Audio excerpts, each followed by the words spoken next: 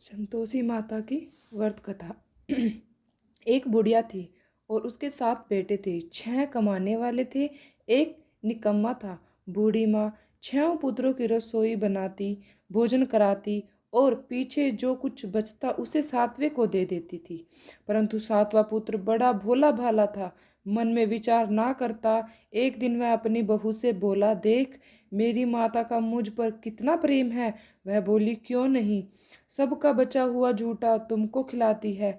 वह बोला, ऐसा नहीं हो सकता, मैं जब तक आंखों से ना देखूं मान नहीं सकता। बहू ने हंसकर कहा, देख लोगे तब तो मानोगे। कुछ दिन बाद एक बड़ा त्योहार आया। घर में 7 प्रकार के भोजन और चूरमा के लड्डू बने। वह परीक्षा लेने के लिए सिर दर्द का बहाना कर पतला कपड़ा सिर पर ओढ़कर रसोई घर में सो गया और कपड़े में से सब दिखता था। 6 भाइयों भोजन करने आए। उसने देखा माँ ने उनके लिए सुंदर सुंदर आसन बिछाए, 7 प्रकार की रसोई परोसी। वह आग्रह करके जिमाती रही, वह देखता रहा। 6 भाई जब भोजन कर उठे तब माँ ने उनकी झूठी थालियों में से लड्डुओं के टुकड़ों को उठाया और एक लड्डू बनाया। झूठन साफ कर बुढ़िया माँ ने पुकारा, उठ बेटा, 6 भाई भोजन कर गए, अब तुम ही बाकी हो, अब भोजन कर ले। उसने कहा, माँ मुझे भोजन नहीं करना है, मैं परदेश जा रहा हूँ। माता ने कहा, कल जाना हो तो आज ही जा। वह बोला, हाँ हाँ आज ही जा रहा हूँ। यह कह वह घर से निकल गया। चलते समय बहू की याद आई। वह गौशाला में खड़े था रही थी, जाकर बोला, दोहा, हम जावे परदेश को आवेंगे कुछ काल। तुम रहियो संतोष से धर्म अपनो पाल। दो निशानी अपनी देख धरूं मैं धीर। सुधी हमारी मत बसरियो, रखियो मन गंभीर। वह बोला, मेरे पास तो कुछ नहीं, यह अंगूठी है, सो ले लो और अपनी कुछ निशानी मुझे दे दो। वह बोली, मेरे पास क्या है, यह गोबर भरा हाथ है। यह कहकर उसकी पीठ पर गोबर के हाथ की थाप मार दी और वह चल दिया। चलते चलते दूर देश में पहुंचा। वहां पर एक साहूकार की दुकान थी। वहां जाकर बोला, सेठ जी मुझे नौकरी पर रख लो। साहूकार को जरूरत थी। साहूकार ने काम देखकर दाम मिलेगा। साहूकार की नौकरी मिली। वह सवेरे 7 बजे से 12 बजे तक रात्रि तक काम करने लगा। कुछ दिन में दुकान का लेन देन, हिसाब किताब, ग्राहकों को माल बेचना, सारा काम करने लगा। साहूकार के 7-8 नौकर थे, वे सब चक्कर खाने लगे। वह बहुत होशियार बन गया। सेठ ने भी काम देखा और 3 महीने में ही उनका मुनाफा का साझेदार बना दिया। 12 वर्ष में वह नमी सेठ बन गया और मालिक सारा कारोबार उस पर छोड़कर बाहर चला गया। इधर बहू पर क्या बीती सो सुनो। सास बहू उसे दुख देने लगे। सारी गृहस्थी का काम कराकर उसे लकड़ी लेने जंगल में भेजते। इस बीच घर की रोटियों के आटे में जो भूसी निकलती उसकी रोटी बनाकर रख दी जाती और फूटे नारियल की नरली में पानी। इस तरह दिन बीतते रहे। इन दिन वह लकड़ी लेने जा रही थी कि रास्ते में बहुत सी स्त्रियां संतोषी माता का व्रत करती दिखाई दी। वहां वह खड़ी होकर कहने लगी, बहनों, यह तुम किस देवता का व्रत करती हो और इसके करने से क्या पुण्य होता है? इस व्रत के करने की क्या विधि है? यही यदि तुम अपने इस व्रत का विधान मुझे समझाकर कहोगी तो मैं तुम्हारा बहुत उपकार मानूंगी। तब उसने उनमें से एक बोली, सुनो, यह संतोषी माता का व्रत है। इसके करने से निडरता दरिद्रता का नाश होता है, लक्ष्मी आती है, मन की चिंताएं दूर होती है, घर में सुख होने से मन को प्रसन्नता और शांति मिलती है, निपुत्री को पुत्र मिलता है, पति बाहर हो गया हो तो शीघ्र आ जाता है, कुंवारी कन्या को मनपसंद वर मिलता है, राजद्वार में बहुत दिनों से मुकदमा चलता हो तो वह समाप्त हो जाता है, कलह कलेश की निवृत्ति हो, सुख शांति हो, घर में धन जमा हो, पैसा जायदाद का लाभ हो तथा और भी मन में जो कुछ कामना हो सब इस संतोषी माता की कृपा से पूरी हो जाती है, इसमें संदेह नहीं है। वह पूछने लगी, यह व्रत कैसे किया जावे, यह भी बताओ तो बड़ी कृपा होगी। स्त्री से कहने लगी, 1.25 का गुड़ चना लेना, इच्छा हो तो 5.25 का 5.25 का लेना, 10.25 का भी सहूलियत के अनुसार लेना, बिना परेशानी श्रद्धा और प्रेम से जितना भी मन बन सके सवाया लेना। सवा 5.25 से 10.25 तथा इससे भी ज़्यादा शक्ति हो भक्ति के अनुसार गुड़ और चना ले। हर शुक्रवार को निराहार रह कथा कहना सुनना, इसके बीच कर्म टूटे नहीं। लगातार नियम पालन करना। सुनने वाला कोई न मिले तो घी का दीपक जलाकर उसके आगे और जल के पात्र को रख कर कथा कहना।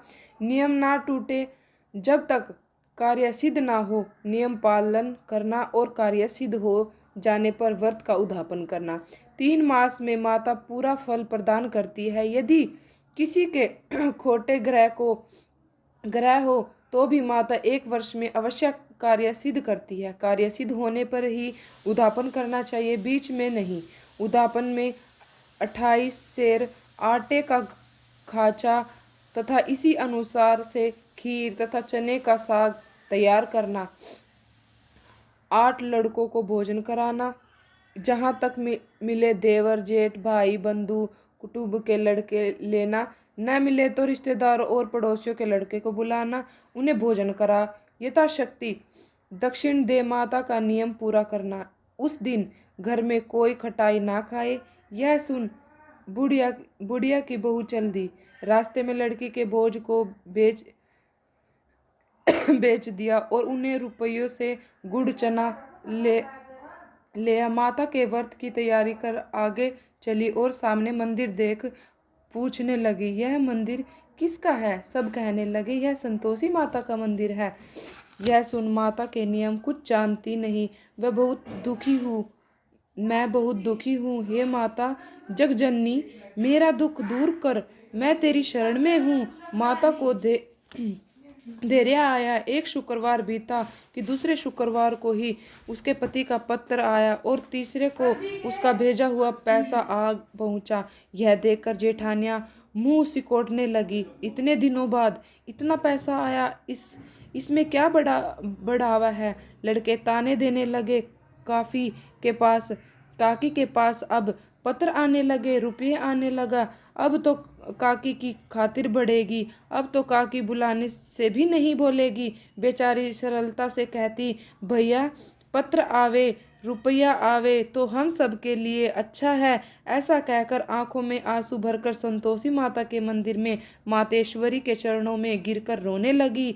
माँ, मैंने तुमसे पैसा नहीं मांगा, मुझे पैसे से क्या काम है? मुझे तो अपने सुहाग से काम है। मैं तो अपने स्वामी के दर्शन और सेवा मांगती हूँ। तब माता ने प्रसन्न होकर कहा, जा बेटी, तेरा स्वामी आएगा। यह सुनकर खुशी से बवलाई हो घर जाकर काम करने लगी। अब संतोषी माँ विचार करने लगी, इस भोली पुत्री से मैंने कह तो दिया कि तेरा पति आएगा, पर आएगा कहाँ से? वह तो इसे सौपन में भी याद नहीं करता। उसे याद दिलाने मुझे जाना पड़ेगा। इस तरह माता उस बुढ़िया के बेटे के पास जा सौपन में प्रकट होकर कहने लगी, साहूकार के बेटे, सोता है या जागता है? वह कहता है, माता सोता भी नहीं हूँ, जागता भी नहीं हूँ, बीच में हूँ, कहिए क्या आज्ञा है? माँ कहने लगी, तेरा घर बार है या नहीं? माँ बोली, पुत्र तेरी घरवाली बहुत कष्ट उठा रही है। वह बोला, हाँ माता, यह तो मुझे मालूम है, परंतु जाऊं कैसे? परदेश की बात है, लेन देन का कोई हिसाब नहीं, कोई जाने का रास्ता नजर नहीं आता, कैसे चला जाऊं? माँ कहने लगी, मेरी बात मान, सवेरे नहा धोकर संतोषी माता का नाम ले, घी का दीपक जला, दंडवत का दुकान पर जाकर बैठना। देखते देखते तेरा लेन देन चुक जाएगा, जमा का माल बिक जाएगा, साज होते होते धन का ढेर लग जाएगा। अब तो वह सवेरे बहुत ही जल्दी उठ मित्र बंधुओं से अपने सपने की बात कहता। वे सब की बात अनसुनी कर हंसी उड़ाने लगते हैं। वही सौपन भी सच्चे होते हैं। एक बूढ़ा बोला, देख भाई मेरी बात मान। इस तरह साज या झूठ कहने के बदले देवता ने जैसा कहा वैसा ही करने में तेरा क्या जाता है। अब बूढ़े की बात ना मानकर नहा धोकर संतोषी माता को दंडवत कर घी का दीपक जला दुकान पर जा बैठा। थोड़ी देर में वह क्या देखता है कि देने वाले रुपया लाए, लेने वाले हिसाब लाए। कोठे में भरे सामानों के खरीदार नगद में जो सौदा करने लगे। शाम तक धन का ढेर लग गया। मन में माता का नाम ले प्रसन्न होकर घर जाने के वास्ते गहना कपड़ा सामान खरीदने लगा। यहाँ के काम से निपट घर को रवाना हुआ। इधर उसकी बहू बेचारी जंगल में लकड़ी जो लेने जाती, लौटते वक्त माता जी के मंदिर पर विश्राम करती है। वह तो उसका रोज का रुकने का स्थान ठहरा। दूर से धूल उठती देख वह माता से पूछती, हे माता यह धूल कैसी उड़ रही है। माँ कहती, हे पुत्री तेरा पति आ रहा है। अब तू ऐसा कर, लकड़ियों के 3 बोझ बना, एक नदी के किनारे रख, दूसरा मंदिर पर और तीसरा सिर पर रख। तेरे पति को लकड़ी का गट्ठा देख मोह पैदा होगा। वह यहाँ रुकेगा, नाश्ता पानी बना खा कर माँ से मिलने जाएगा। तू लकड़ी का बोझ उठाकर जाना और बीच चौक में गट्ठा डालकर 3 आवाजें जोर जोर से लगाना। लो सासू जी लकड़ियों का गट्ठा लो, भूसी की रोटी दो, नारियल के कोपड़े में पानी दो, आज कौन मेहमान आया है। माँ की बात सुनकर वह बोली, बहुत अच्छा माता जी कहकर प्रसन्न मन को लकड़ियों के 3 गट्ठे ले आई।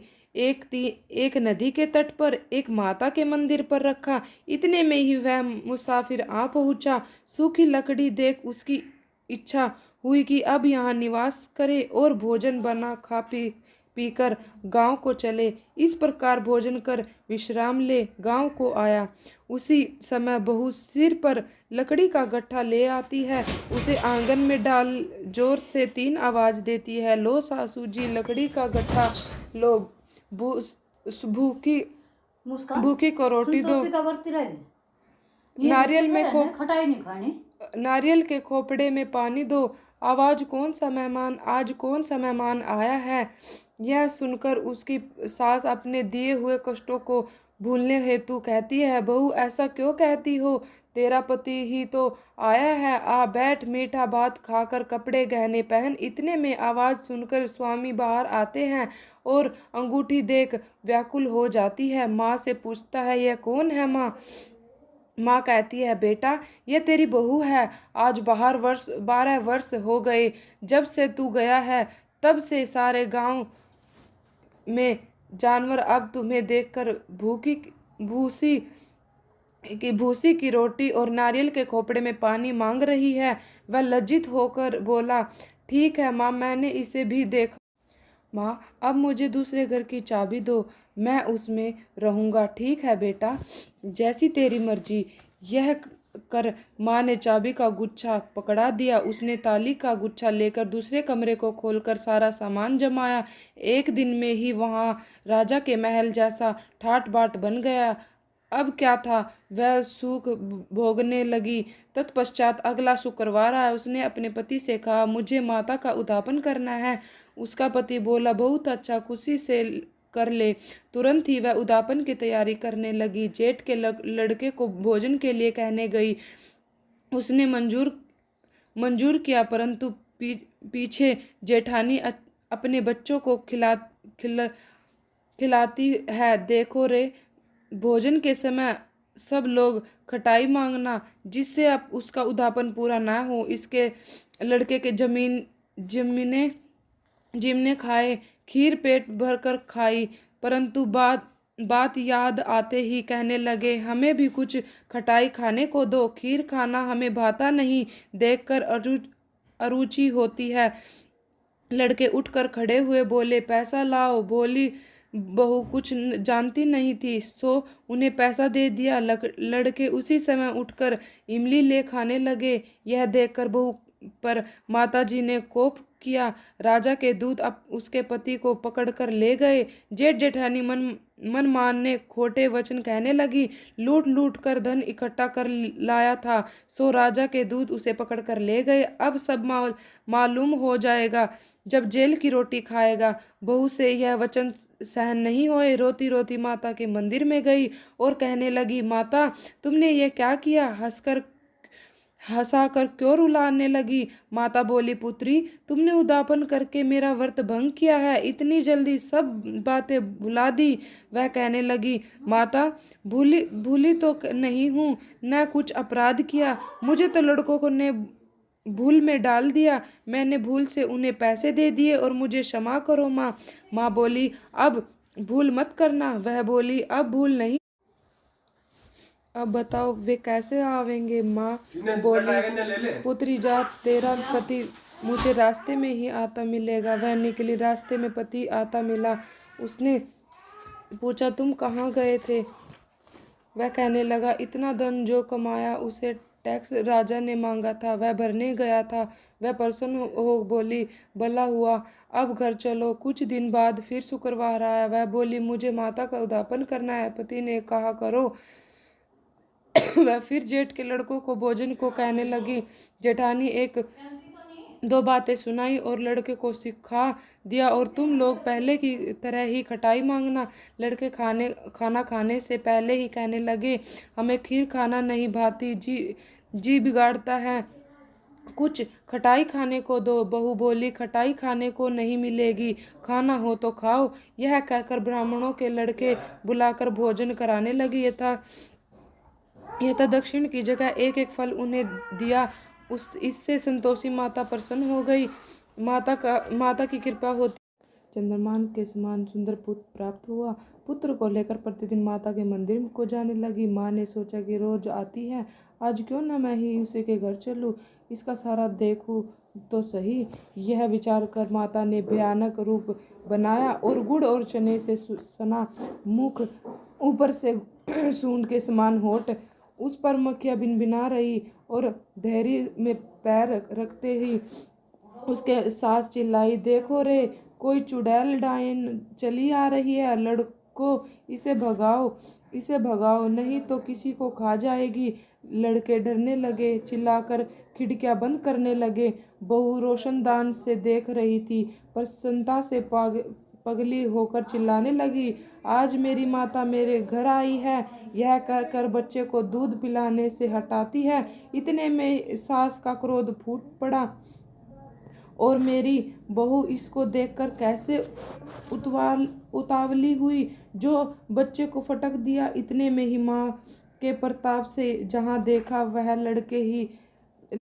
लड़के नजर आने लगे। बहू बोली, माँ जी, मैं जिनका व्रत करती हूँ यह वही संतोषी माता है। इतना कह झट से सारे घर के किवाड़ खोल दिए। सबने माता के चरण पकड़ लिए और विनती कर कहने लगे, हे माता, हम मूर्ख हैं, हम अज्ञानी हैं, तुम्हारे व्रत की विधि हम नहीं जानते, तुम्हारा व्रत भंग कर हमने बड़ा अपराध किया है। हे माता, आप हमारे अपराध को क्षमा करो। इस प्रकार माता प्रसन्न हुई। हे माता, बहू को जैसा फल दिया वैसा सबको देना। जो यह कथा कहे या सुने उसका मनोरथ पूर्ण हो। बोले संतोषी माता की।